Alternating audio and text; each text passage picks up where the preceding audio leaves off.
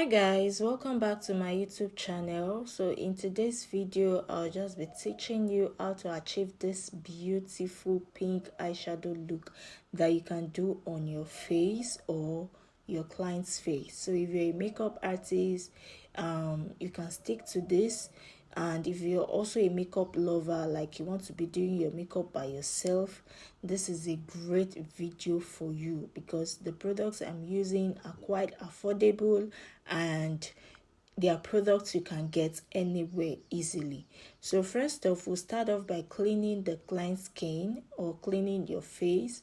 So you have to clean your face thoroughly to take off oils and dirt from the skin. And next I went in with a moisturizer. So you have to get a good moisturizer that matches your skin type. And in this video I'm using a simple moisturizer. The moisturizer is so great, like it does not select any skin type, it's for whole skin type. Okay, so next I went in with Embryolist primer. You can skip this primer if you don't have the fund to get it. So you can get Rimmel Stay Matte primer. That one is very affordable. So the next one, to mattify for our T-zone area, I went in with the drugstore primer, which is the L'Oreal infallible primer. So I just applied that at our T-zone area to keep that place mattify and smooth and soft. So it's not a hard primer, it's just there, like it's just mild. So to set in all the primer into her skin and to hydrate her skin, I went in with the Badescu, and you can also use this Kiss Beauty hydrating spray or Kiss Beauty fix spray. So that one is very affordable. So then to moisturize her lips, I went in with a lip moisturizer, which is the Vaseline Therapy moisturizer, just to prepare our lip for lip stains, to soften our lips before I do that. So I picked up a foundation that matched her skin, and in this video I think I used Superstay foundation. Is a drugstore foundation and is very affordable, good for all skin type. Okay, so the Superstay foundation was what I used in this video, and I went ahead to blend in the foundation on her skin. So to add the liquid blush, I used my Eye Magic lip palette, and I picked the red shade just to add colors and warmth to her skin, and I'm applying that at her cheekbone, with a brush. Then later on I went in with a beauty sponge and I blended that in, to take off harsh lines and also to smoothen it, like blend it also into her skin, let it diffuse into her skin. And I just applied the remnant from the beauty sponge at the tip of her nose. Like, guys, don't just ask me why I apply blush on her nose. I don't know, I just feel like there's this look it gives. Okay, so I just apply that color. So for concealer, I used 2 shades of concealer, a lighter shade and a darker shade. So why I used a darker shade is so that it can blend into our skin, like it can give that skin finish, at the edges. I don't want it to be kind of too light at the edges, like the outer corner of our eyes when blending. I don't want that to be too light. Let it diffuse into our skin, let it blend alongside with our skin foundation. So that's why I used the darker shade at the end point. Okay, so I blended out the edges first because I'm going to be leaving the inner corner of the eyes to stay for like few seconds so that it can give that full coverage. So if for concealers that you can leave like this on the skin are only hydrating concealer. Please, if your concealer is mattifying, immediately you put in one eye. You apply concealer in one eye, blend immediately. Don't leave it because you will have patches. So, but it's only hydrating concealer that are permitted to stay on your face for a period of time, like for a few seconds before you blend. Okay, so I went in with a lighter shade concealer at at the bridge of her nose just to brighten it up a bit, and her forehead and her chin, and I blended out. So now I'm blending the inner corner of her eyes, and I have that full coverage, like just to brighten up her skin and give that full coverage under her eyes. Okay, so don't forget that blending, like the beauty blender I'm using to blend, is a damp beauty blender. So I keep saying this: if you want your makeup to look good, to blend properly, use a damp beauty blender instead of a wet beauty blender. So my model was complaining that the band was too tight, and I had to remove the band, and I went back to the foundation to apply where there's no foundation, like after I removed the band. So I just had to apply foundation, you know, there to cover up the place. So to preset our under eyes, I'm using the Becharm palette. It's a Nigerian brand. It's a Nigerian brand, and this palette is so good. Like, I give them a thumbs up for Becharm. It's so matte. It does not even bring out oils at the end of the day. Okay, because I've used it on a client and I saw it till the end of the day, and the makeup was still intact. No oil, nothing. It's just matte. So it's a good to get. I recommend it for you guys if you want it. So it's a good recommendation. So I went ahead to apply powders in the areas where I highlighted, that is under her eyes, her forehead, a chin, if I'm correct, a chin, or is it jaw? I don't know. So I just went ahead to apply powder there. And for a full face, I still use the same Becharm powder to apply powder all over her face, and I picked a shade that matched her skin color. Okay, so now we'll go ahead and apply our blush, and I'm using the same brand, Becharm. Like, this blush is highly pigmented, so you need a very little amount to cover up your cheek. So to blush up her cheek, I'm using that red shade there to just, you know, she's a dark skin person and we want that color to pop up. So I just applied at the cheek and just very little on top of her at the tip of her nose. So to contour her nose, I went in with a dark shade from the Becharm palette to do that. So I collected little amount on my brush, and I'm using a very fluffy soft brush to do that. So I just softly blended from the head of her brow down to the tip of her nose.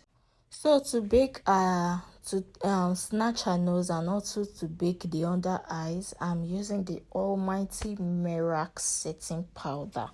You guys don't know how much I love this setting powder. Like, this setting powder is everything for Nigerian brands. No, I give it to Merak. Okay, so it's everything. Is a dupe for Laura Mercier. So if you've used Laura Mercier before and you know how it feels on the skin, it's same thing, same results that this Merak setting powder gives to you.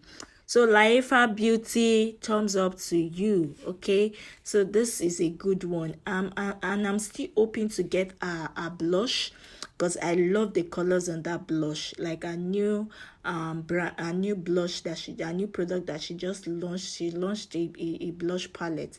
So I'm still hoping to get that, and once I get it, I'm going to film it for you guys. Okay, so now we'll go to eyeshadow, and I'm doing a very soft pink eyeshadow. Like, I think it's been a very long time I did pink eyeshadow. So I picked up the pink shade to start off, and the base I use is the Benign Clone White eyeshadow base.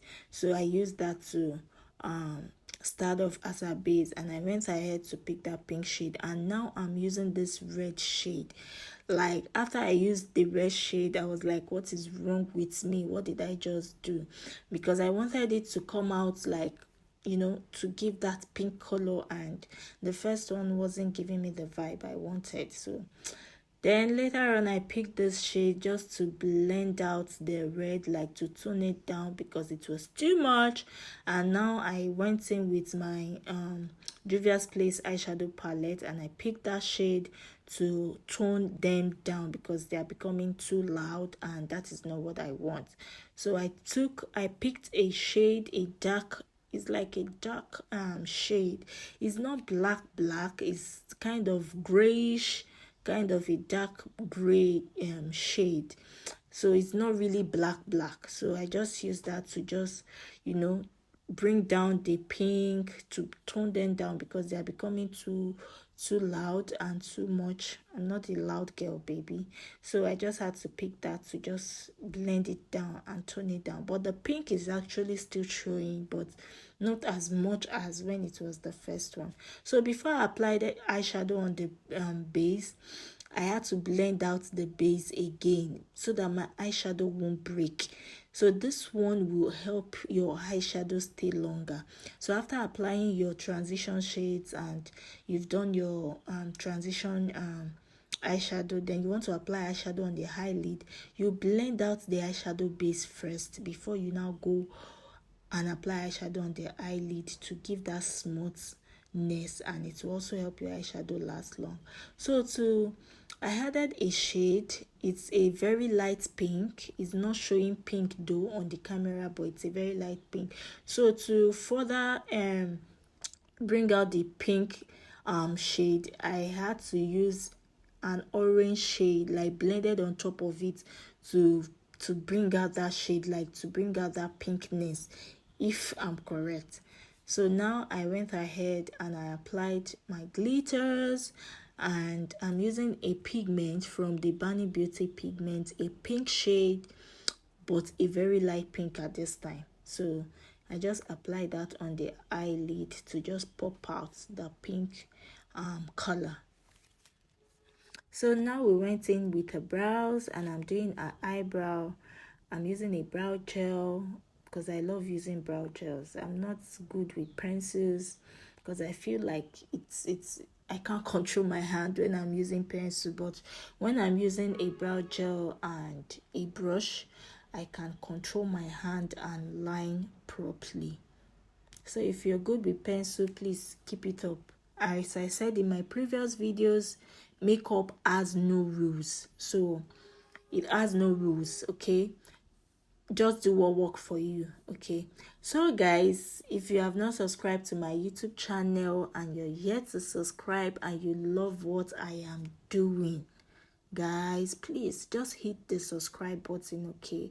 Hit that subscribe button and support my YouTube channel.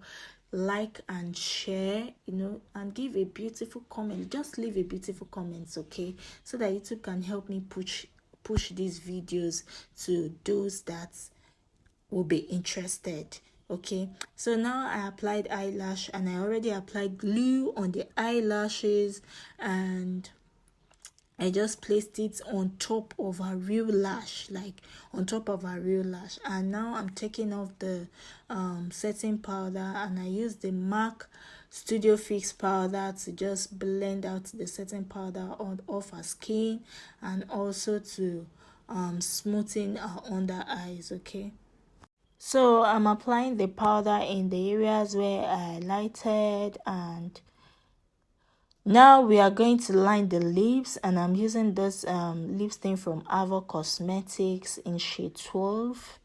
You guys know how much I love Nigerian brands now, so this lip stain is a great one. So after applied with that first shade, I went ahead to use the same Avour Cosmetics lip stain in shade 22 to blend out the first one.